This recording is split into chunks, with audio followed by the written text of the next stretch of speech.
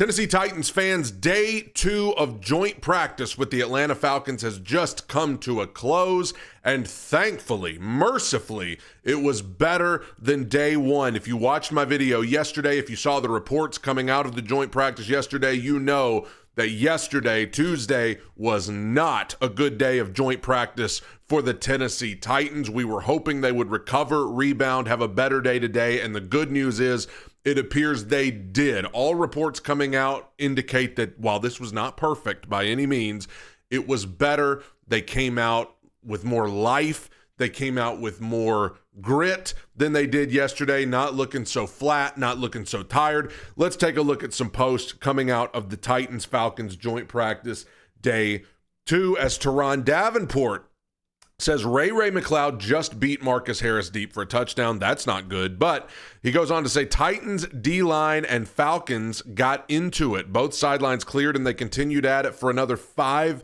minutes. So the Titans coming out showing some fight, literally, today. The Titans, a big brawl broke out between the Titans and the Falcons that, like he said, went on for 5 minutes, and then when they would try to run another play, another fight would break out. And then they would try to do a special teams period, and another fight would break out. We're hearing about Femi Oladejo doing some pushing and shoving. We're hearing about Mason Kinsey doing some pushing and shoving.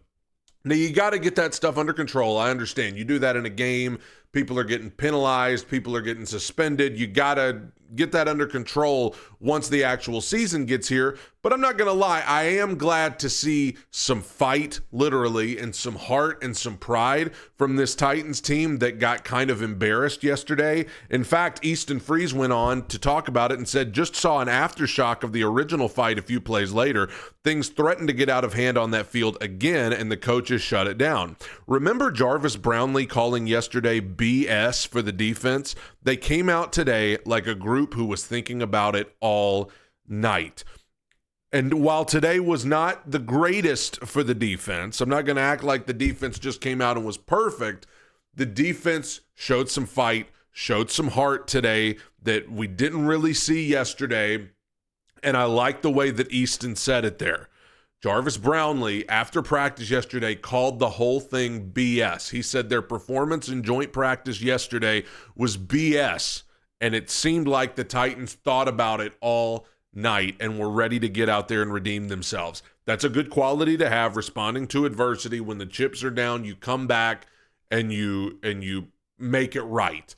It's kind of what life is all about. I would like to get to a place where we don't have to make up for it because we never come out flat in the first place. That's where the Titans got to get to. But I am glad to see that they slept on it, came back today, and were fired up, ready to go, ready to fight, not just going to lay down, not just going to roll over. But no, it's only August 13th. We're going to come back and we're going to make this right. I'm glad to see that from the Titans. Glad to hopefully see leaders stepping up. We saw the pictures of Cam Ward addressing the team yesterday after practice in a heartfelt speech. I don't know how that can't fire you up, especially now seeing that they came back today and had a better day. Cameron Ward, this is from Teron Davenport. Cameron Ward just found Calvin Ridley deep for a touchdown over A.J. Terrell. Ridley spiked the ball and pointed to the crowd. So here's what I want to say about this. Obviously, the Cam Calvin connection is hitting in full force, and it has been throughout all of training camp. We saw it against Tampa Bay the other night, and we're still seeing it now. Calvin Ridley looking better than he did even a year ago at this time. He's got some fire. He's got some heart at his old team that he used to play at. He's pointing to the crowd. He's spiking the ball. He's having a good time. Calvin Ridley, I'm expecting a big season from him. And I think he's going to absolutely be the most reliable target for Cam Ward. I don't want to put a damper on that because I'm happy that Cam and Calvin have that connection. But somebody else is going to have to step up for Cam Ward. It can't just be Calvin Ridley. Because if it's just Calvin Ridley, then opposing defenses are just going to double team him and dare somebody else to beat him. Somebody else, whether a wide receiver, a tight end, somebody has got to step up and be a reliable, good target for Cam Ward. It can't just be Calvin Ridley. I feel like every time we get a major highlight report from one of these practices, it's always Calvin Ridley. And while I'm thrilled to hear that because we're paying him a lot of money, I'm looking at Alec Iomanner and Chimere Dike in particular, the two rookie wide receivers. I'm saying, hey, I know it's early. I'm not saying I'm like giving up on you guys, but one of you guys at least needs to come along because this guy's got to have more than just one good wide receiver. He's got to have more than just one guy he can depend on. I'm looking at the tight ends, Chig Okonkwo, Gunnar Helm, whoever the third tight end is. It looks like it's going to be David Martin Robinson right now. Somebody's got to step up. It can't just be Calvin. As much as I appreciate Calvin and love Calvin, I'm excited about Calvin, there's got to be somebody else, right? So, but always glad to see Cam and Calvin hooking up in the practices for big plays and see Calvin pointing to the crowd, having a little more swagger, a little more mojo. I think Cam's helping bring that out of him as well. Paul Koharski says Johnny Hekker shankfest right now. Johnny Hekker, the new punter for the Titans, and it's not off to a great start. Not off to a great start with Johnny Hekker. Didn't exactly have a great game against Tampa Bay the other night in the preseason game, and now today he's kind of stinking it up in the joint practice. Little concerned about our punter. We got rid of Ryan Stonehouse for this guy. Little concerned about the punter. Let's get it together. I'm not going to freak out about it now, but I mean, come on. Especially after special teams were so bad last year. Terry McCormick said Cedric Gray running with the ones, the first team in this team period. Just wanted to throw that in because we've talked about all offseason that inside, that inside linebacker position is kind of open auditions right now. You got Cody Barton, sure, but somebody's got to start beside of him. I still think James Williams is probably the front runner, but Cedric Gray, I was always excited about Cedric Gray. I know he kind of got behind the 8 ball last year because he wasn't able to do training camp and all the preseason stuff, so he was just kind of behind. He never got that meaningful playing time. I'm still excited about Cedric Gray. I think he started off kind of bad the other night in the preseason game, but he got better. I still think he could be something, and interesting to see that he's going with the first team. I think the Titans are still treating it as though it is open audition for that other linebacker position, and they're going to give everybody a chance. They're going to give Cedric Gray and James Williams and anybody else their opportunity to go with the ones, and I'm excited for them to get that opportunity, especially, I mean, I like James Williams, but I really like Cedric Gray, and I hope he can figure it out. Another one from Paul Koharski. This was interesting. This was toward the end of practice. This was Cam Ward's only interception of the day, I believe. Paul said, Will Levis level throwaway. Will catching shade there from Paul. Cam Ward flushed right by Brendan Dorius, picked by D. Alford on sideline as Ward didn't get the throwaway out of bounds. So the reason I included this in here, like I said, I think this was Cam's only interception of the day today. And what it appears, when you look at the other reports, what it appears happened here, Cam rolled out of the pocket, was going to throw it away, but he didn't throw it far enough away. It was still in bounds, and somebody came down with an interception. The reason I include this is because he kind of did the same thing against Tampa Bay in the preseason game the other night. The only difference is the Bucs players couldn't close on it in time, and it fell harmlessly to the ground incomplete. But it was his second pass of the game on 3rd and 5 or whatever it was on the Titans' first possession. He ran out of the pocket, which he didn't need to do because he had a clean pocket, rolled to his right, and was going to chunk it out of bounds, but the ball landed in bounds, and there were 2 Bucs defenders nearby, and if one of them had been closer, they could have picked it off. If this is his big problem, it's not a terrible problem to have because, I mean, I think any of us could coach him up on this. If you're going to throw it away, throw it away. Aim for the concession stand. I mean, do not give it any chance to be caught in bounds. It's a pattern. I mean, he's done it a couple times now that we've seen.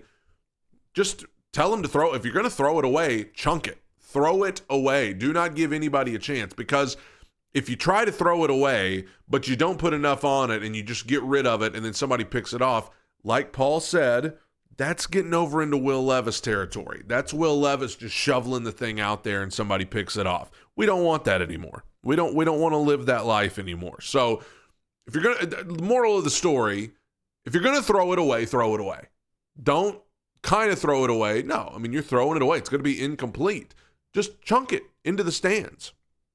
Got to get that under control. But I'm glad he's learning it now and not in the regular season. Dear Lord. Terry McCormick says, Cam Ward said he feels like the Titans could be a top 10 offense, but said it will take everybody focusing and doing everything right consistently. And then this is the part I want to zero in on. Called his receiving unit a top 5 group.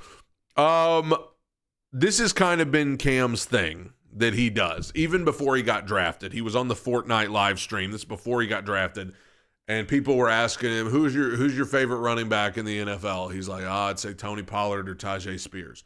Who do you think are the best wide receivers in the NFL? Oh, Calvin Ridley, Treylon Burks, Bryce Oliver. Like he only named like, who do you think is the best coach in the NFL? I'd have to say Brian Callahan. This is what he's done since like March. He sucks up to his own players. He sucks up to the home team, and he talks them up. This is what he does. So he says today he thinks the Titans can have a top 5 receiving core in the NFL with Calvin Ridley, Tyler Lockett, Van Jefferson, Bryce Oliver, Alec Io-Manor, and Chimere Dike. I mean, I hope he's right, but I just, here's the thing. I know it's like nonsense, but I like the fact that, like, I'm not even going to give other teams the time of day. I'm not even going to talk about players on other teams. I'm going to talk about my guys. I'm going to talk about how good my guys are. I'm fine with that. I mean, like, nobody would say the Titans have a top 5 receiving core in the NFL. But you know what? If somebody's going to, it needs to be the quarterback throwing them the ball, right? Finally, this is the last one of the day. Buck Rising.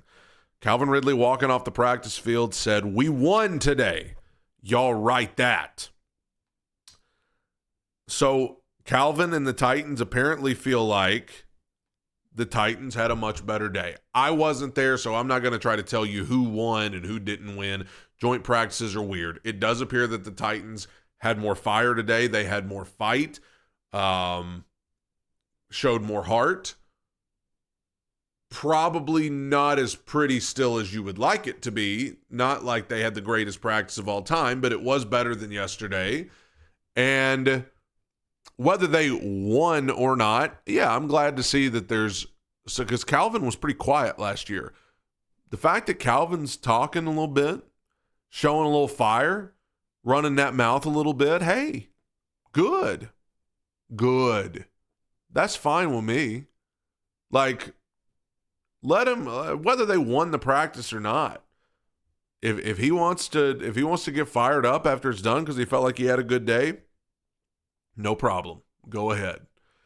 Going forward, I mean, obviously tomorrow is Thursday, so they're not really going to do anything tomorrow. And then Friday's the game.